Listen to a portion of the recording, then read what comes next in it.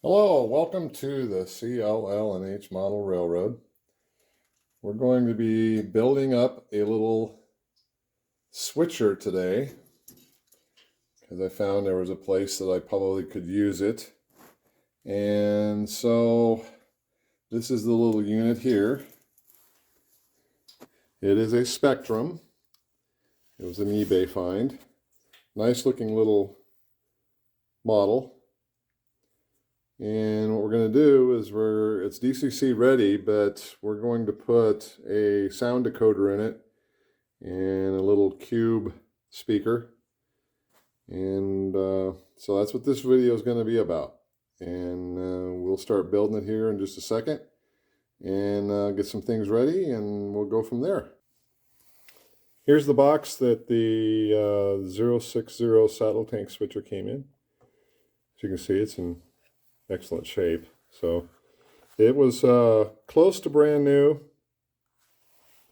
From what I could tell, there was no marks on the wheels or anything. So as we can see here, it's pretty much new. I've already started disassembling a little bit here. Wanted to see what I was going to be in for. So at this point, we'll go ahead and start working on it. We'll take the body off to reveal what we're going to have to work with here. And so they use light bulbs instead of LEDs. We'll change that out. And room-wise, it's going to be a little tight. So what my plan is to use the Tsunami 2 TSU 1100 steam locomotive decoder with a cube speaker. So in order to get this in there, as you can see, there's not a lot of room here. Yeah,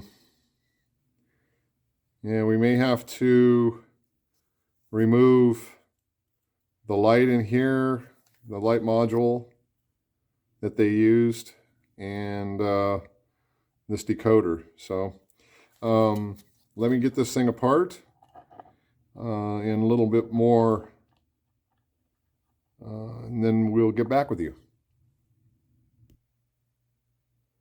All right, so I took out the old resistors and lights and the circuit board that they had in there to make it DCC ready. It's just going to be more trouble to try to make that work than to put a whole decoder in and start from scratch. I did a fit here to see where the decoder would best be placed. And I think we're going to have a pretty good little fit here, and it's going to work really nice.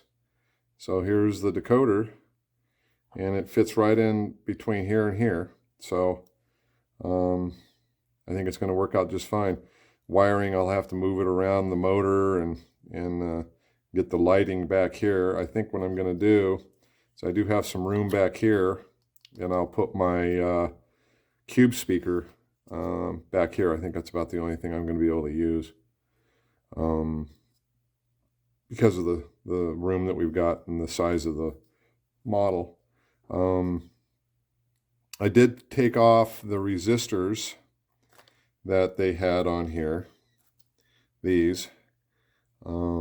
It brought down the current to the motor, and I think if the decoder is set up correctly and we do it right and we program it correctly, I won't need any of that.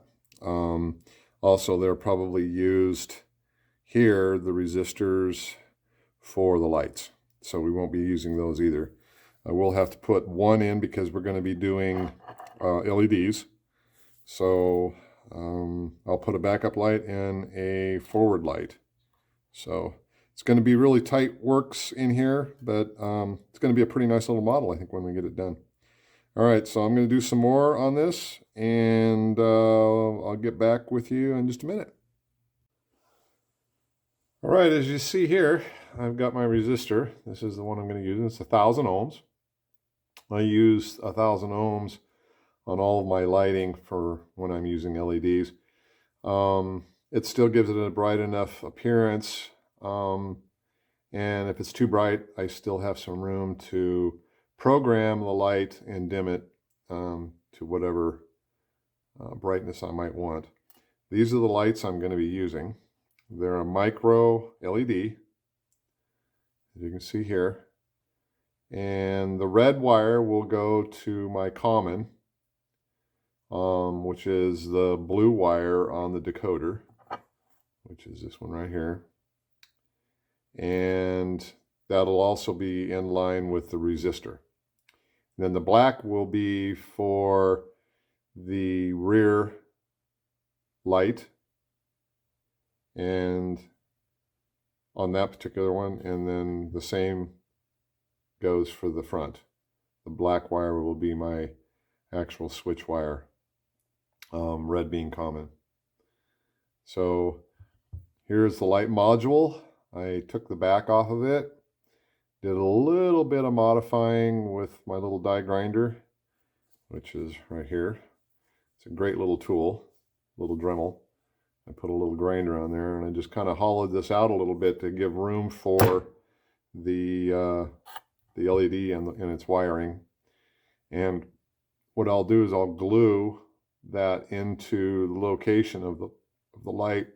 The wires will proceed down the light into its fixed location here, and then into the decoder. To hide the light from the back side, I'll just paint it black. So once it's glued in there, that will be, direct out of the headlight itself. And then I won't see anything from the back side because I'll have it painted. So I'll get to that, and we'll come back here in a minute, and we'll see where we're at from here.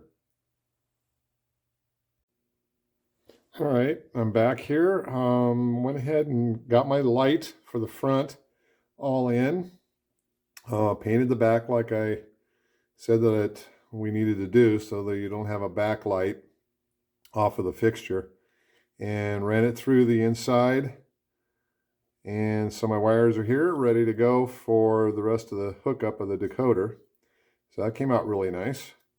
The rear light is on the back firewall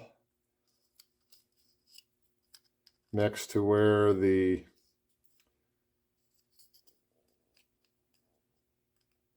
coal pit or the coal box would be. Okay. So what I'm going to do to get to that light is I'm going to take my little die grinder here, and I'm going to lightly break away right where the light fixture is, so I can get my LED, this here, into that and glue it. And that'll be my light fixture. So let me get this done, and I'll be right back. All right, did a little bit different than what I originally thought I was going to have to do. I started to trim this back plate that they had, and with a piece of plexiglass that they used for the light, went right here like this. And I realized it was glued on. It wasn't part of the back wall here. So that's my light fixture, or the glass, and I'll attach my LED to that and paint over it, and then the wires will come out for the decoder. So that's what I'll do next. I just wanted to show you that. All right, so I got my light hooked up here. As you can see, it's fairly bright, so I'll have some room that I can dim it down if I want. And what I did is I just hooked it up with my resistor onto some leads for 12 volt. And then that way I could see if there was any light emitting from the back side. And you can see here where I painted it. And that's where we're at. So that came out really nice. I'll start wiring the decoder next, and as I go with that, I'll be back with you.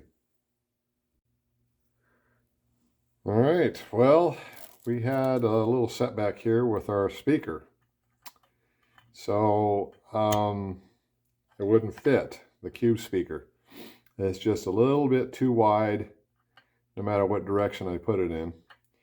And I don't particularly like the cube speakers anyway. They just don't have a real good sound to them, but sometimes you got to have something small that you can put in particular locomotives like this.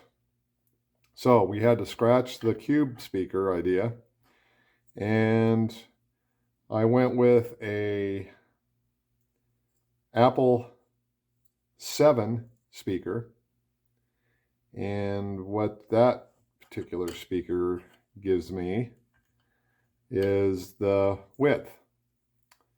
Now the length a little bit might have been a little bit of a problem. So, and it wouldn't fit anywhere. I did some adjustments, did some grinding. So what I like about these speakers is you can pretty much take all the guts around the speaker off, as long as you still have your contacts here, and you still got a good speaker. So you can see where I've modified both ends and taken off all of these other little contacts and so forth. So what we've decided to do was on the back side of the locomotive, or the underneath side of the locomotive in the firebox area, the speaker slides perfectly right in there like that. Now with the locomotive put together, you're not going to really see unless you look up underneath there. And I could also paint it black to kind of hide some of that. I'm going to also put windows in here, so that'll make a difference as well. So I think that's the speaker we're going to use, and it's a far better speaker, a lot more sound, a lot more depth than the cube speakers give us. So with that, I'm going to carry on, and we'll show you what we've got on our next step. All right, so we're getting along here pretty good with the soldering of all the wires. In the speaker here, got the front headlight wired and the rear tail light wired. And both of them are going to the blue, which here has the resistor. You can see it in the heat shrink there. So the next is power to the motor.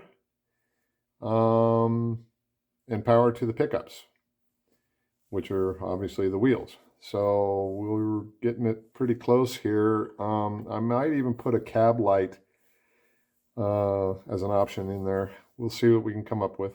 All right, I'll be back in a minute. All right, we're back, and I've got everything soldered, and I used heat shrink on all my connections. Got the light put in the back, all wired. I wired in a capacitor.